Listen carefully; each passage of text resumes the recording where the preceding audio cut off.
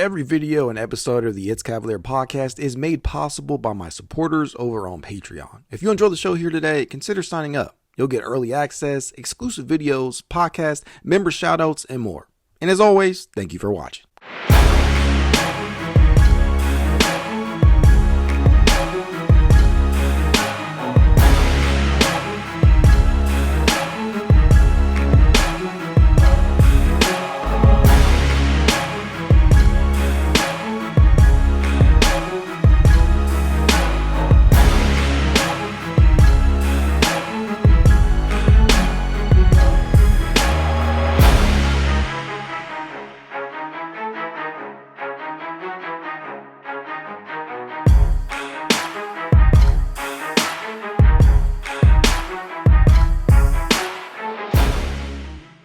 Welcome to another edition of the It's Cavalier podcast. It's your boy Mac, and today I'm going to talk about some of the names and the players that the Cavaliers could still sign with the remaining roster spots that they do have. Because as things stand, there are more than a handful of respectable names on that free agent market and players that I believe could absolutely contribute to a contending team such as the Cavaliers. And what I want to do is talk about one free agent for each position. And the good news is that nearly all of them can play at least two places. But before we dive in, if you happen to be streaming over on YouTube, do your boy a favor and smash that like button, subscribe to keep the NBA content coming, and hit that notification bell so you stay locked in all offseason. And if you're listening over on Apple Podcast or Spotify or elsewhere, make sure to follow, leave a rating and a review. Alrighty, as I mentioned earlier, ladies and gentlemen, there are still a lot of good options left on the open market, and for the life of me, I cannot understand why some of them remain without a home. I mean, look, I get it, but there are playoff level contributors available. Let's kick things off with a player that I think could really add playable depth to the roster, and that, my friends, is none other than Malcolm Brogdon. The former six-man of the year is coming off a 2024-25 season that saw him put up averages of 12.7 points, 3.8 rebounds, and 4.1 assists while completing 43.3% of his field goals. Now, he wasn't efficient by his standards from beyond the arc, putting up a paltry 3-point percentage of 28.6%, but we are talking about a guy who is a career 38.8% from distance on solid volume at 4.2 attempts per contest. And keep in mind that prior to being moved to Washington, he was coming off of back-to-back seasons shooting 40% or better from deep with Portland and Boston before that. He completed a staggering 51.8% of his catch and shoot trays while with Portland on 2.9 attempts per game, 44.2% before with Boston on 2.3 attempts. Hell, Brogdon has converted on 44% or higher of his catch and shoot attempts in 5 of his 9 years in the NBA. He is capable of being a flat-out sniper. I don't care who you ask, no ifs, ands, or buts about it. Brogdon has shown the ability to pull up as well, cashing 44.8% of his pull-up triples on solid volume at 2 attempts per as recent as the 2022-23 season, his last mostly healthy season. He's almost always a pretty dependable playmaker as well, placing in the 85th percentile or higher in 6 of 7 major categories in regard to this area overall B-ball index this past season. He holds a career average of 4.7 assists per game, which would fit in nicely at either guard spot while giving others the ability or the chance to get more off-ball reps, which could be important for guys like Darius, Garland, or Donovan Mitchell, or Lonzo Ball, or Craig Porter Jr., or Jalen Tyson. The list just goes on and on. Brogdon would fit in nicely beside all of the like. But one of the best things he adds to the equation outside of that three-point shot and the playmaking is his defensive capabilities. When healthy, he is a valuable point of attack defender with legit size at 6'4", so with a 6'11" wingspan. That is something you can't teach. You cannot teach size, and Brogdon has it. He remains one of the better isolation defenders in basketball, even entering his age 33 season next year. He plays within the 80th percentile or higher in perimeter isolation defense in 7 of his 9 seasons and in the 90th percentile or higher in 5 of those 9. He is a lockdown defender at the guard position. And for those of you out there that complained about the size of the guard rotation as it relates to this end of the floor, specifically adding Brogdon on top of already bringing in the likes of Lonzo Ball would help alleviate that problem almost entirely because you would have such a well-rounded balance in that backcourt. And yes, I get it. DG is still 6'1" or so, and he can be targeted, but the dude does tend to make up for that offensively. And while that is the case, he's also going to be supported by bigger backcourt mates. And adding Brogdon would only further bolster that that argument, right? It would fit well. That's what I'm trying to say. It would be a great fit. Next up, we got Alec Burks. That's right, you heard me. Alec Burks, the former Cleveland Cavalier, would make a lot of sense for the Cavaliers as a potential depth piece. Now, for those of you who may not remember, Burks actually spent time with Cleveland back during the dreadful 2018-19 season. 34 games to be exact before being shipped off to the Sacramento Kings. He actually played for 3 teams that year, believe it or not. There was the Utah Jazz, the Cleveland Cavaliers, and of course the aforementioned Sacramento Kings, which is just crazy stuff to me. But it's been nearly 7 seasons since that occurred. And Burks, at worst, is still a decent three-point specialist at this point of his career. He is coming off a 2024-25 campaign in which he drilled over 42.5% of his triples for the Miami Heat on solid volume at 4.2 attempts per game in just over 17.6 minutes per game. His 88 total three-point makes were the 11th most of any player who played less than 50 games this past year. The only player, in fact, who knocked down at least 80 on a higher percentage was Aaron Nesmith, which is pretty solid company to be in my opinion. Listen, if you are consider bringing in the likes of Alec Burks, if you're the Cavaliers, you're not doing so for his defensive abilities. You would be signing him purely because of his off-ball shot making. This man graded extremely high in all things perimeter shooting over on B-Ball Index.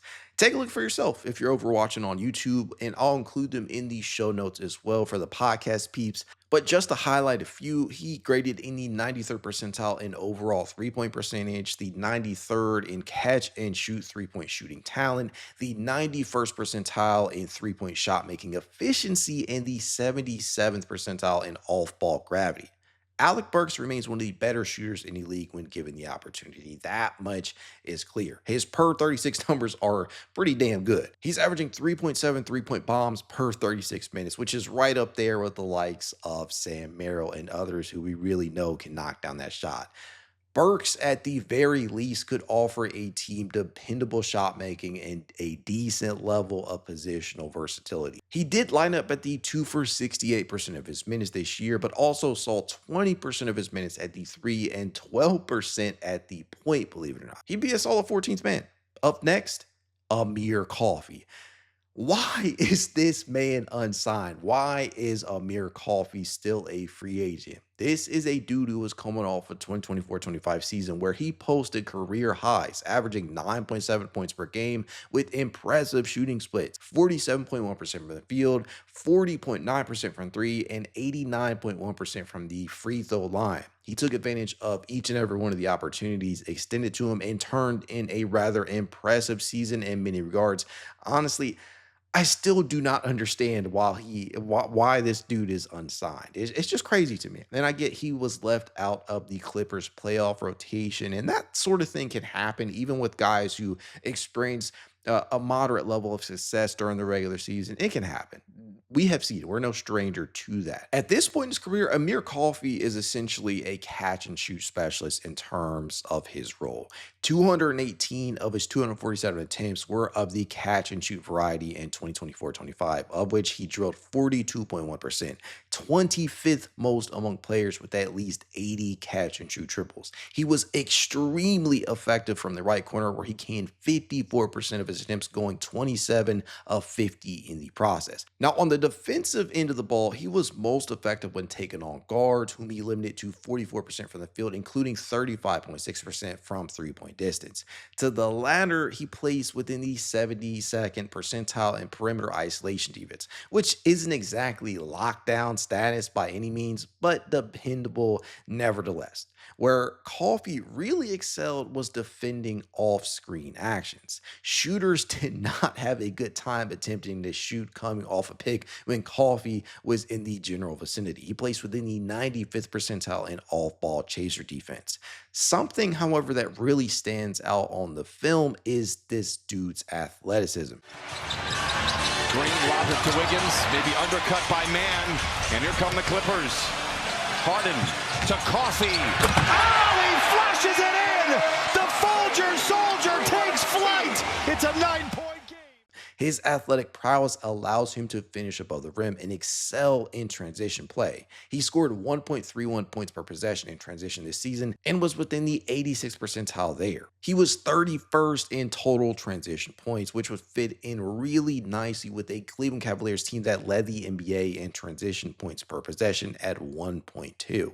These attributes align well with the Cavaliers' needs for a dynamic wing who can contribute on both ends of the floor, even after adding the likes of Lonzo, who, believe it or not, can still contribute as a wing out there. He can play the 1, he can play the 2, and yeah, he actually played some 3 last year for Chicago, and this is after adding Larry Nance Jr. as well and seeing some of the other options that the Cavaliers have on the roster, whether that be Jalen Tyson or otherwise.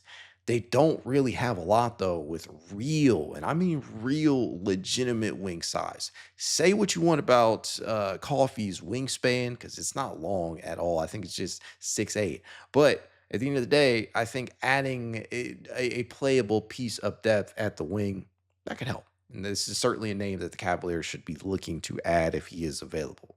Now, you know somebody else who is a free agent still, Chris Boucher. This one, I gotta admit, this one confounds me. What's the hold up here, NBA teams? Boucher has playoff experience. He's pretty versatile. He can block shots. He can knock down the perimeter shot. Why is he unsigned? I just do not get it. Is it a money issue? Is it a role thing? Is he waiting out the best option in his opinion? What the hell is going on here? I really do not know. And as presently constructed, the Cavs have a very solid rotation at the 4 and 5 position. And we already know it starts with Evan Mobley and Jarrett Allen. Those are your starters. And it extends to DeAndre Hunter, who could also start, but I'm willing to bet Kenny Atkinson probably will still keep him coming off the bench, at least to begin this season. You got Larry Nance Jr. in town now, and of course, Dean Wade is still on the roster. That is a very capable 5-man unit. That said, with the inconsistency and injury histories of all involved here, adding an additional piece capable of playing in both spots would be beneficial for everybody involved. If utilized effectively, Boucher could probably still offer the Cavaliers floor spacing, as his three-point shooting can open up the lane for guys like Darius Garland, Donovan Mitchell, Craig Porter Jr., Alonzo Ball, Jalen Tyson. At this point, he is by and large a catch-and-shoot specialist, with 66 of his makes coming that way. His attempts came from all over. However, he was most efficient from the left corner, where he completed 42.1% of his attempts, going 16 of 38 in the process. Quite honestly, though, Boucher graded pretty well in perimeter shooting. He was in the 91st percentile in catch and shoot 3-point shooting talent, the 76th percentile in catch and shoot shot making efficiency, 74th in off-ball gravity, and the 74th in 3-point shooting talent. He could offer defensive flexibility. His shot blocking could bolster the team's interior defense. Now, I get it.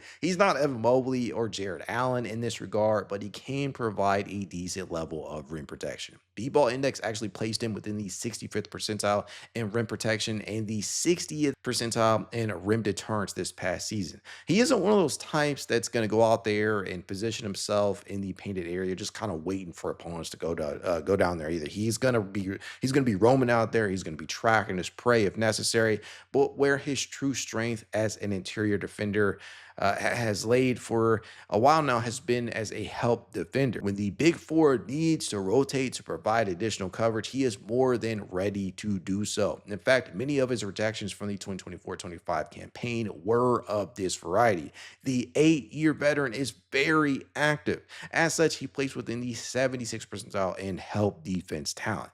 The help defense he is capable of bringing to the table would fit in nicely beside Jarrett Allen or Evan Mobley or Larry Nance Jr. or DeAndre Hunter, that you name it, right? He would fit in really, really nicely on that end. He could bring energy off the bench, which is always important for that second unit. His hustle and activity could provide a spark for the reserves. Overall, I think Boucher presents an intriguing option for this Cavaliers team in free agency, and I still can't believe why he is unsigned. Dude's got such a unique blend of skills, which could still answer some of the questions and still add to this team in ways that they need, right? Yes, adding Larry Nance Jr. was big time. The positional versatility, the defense out there, the 3-point shooting, the floor spacing that Larry can bring to the table, those are all very nice. But still, again, as I mentioned, like this is a group of players that has struggled with injury in the past, and then it never helps.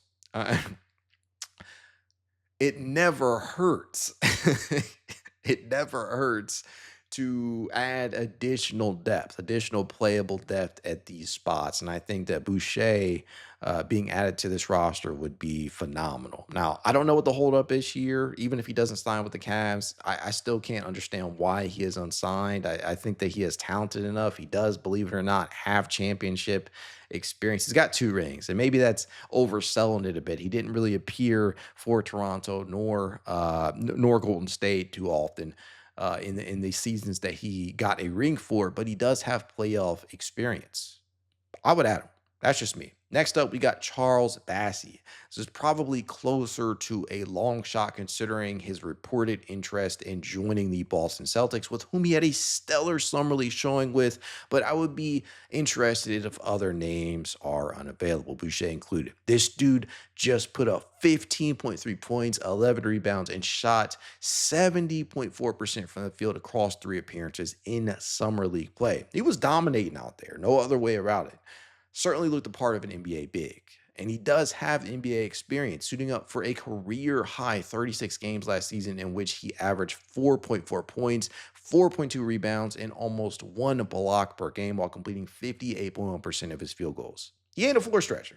Let's just call it a spade. Let's be 100 about it. But the size, the toughness, the rebounding, the age at still just 24 years old, it will make a lot of sense, at least to me. Just last season, he placed within the 88th percentile in rim protection, the 91st percentile in help defense talent, the 97th in offensive rebounds per 75 possessions, and he appears to be extremely comfortable operating in a pick and roll heavy scheme, placing in the 95th percentile in pick and roll pop slip frequency percentage. Castle up to Bassey, not so. Well, we keep talking about it, it's still Castle. Bassey would be playable depth, in my opinion. That's really what this boils down to. It's not necessarily somebody who would be in the rotation from the jump, but definitely someone I believe who could contribute if the situation called for it. Those are 5 names I'd be a-okay with the Cavaliers signing. I'm really interested to see what they do. I really am. And with multiple roster spots, including a 2-way spot up for grabs, the offseason moves ain't done yet. We just got to be patient. Be sure to leave your comment below. And as always, go Cavs.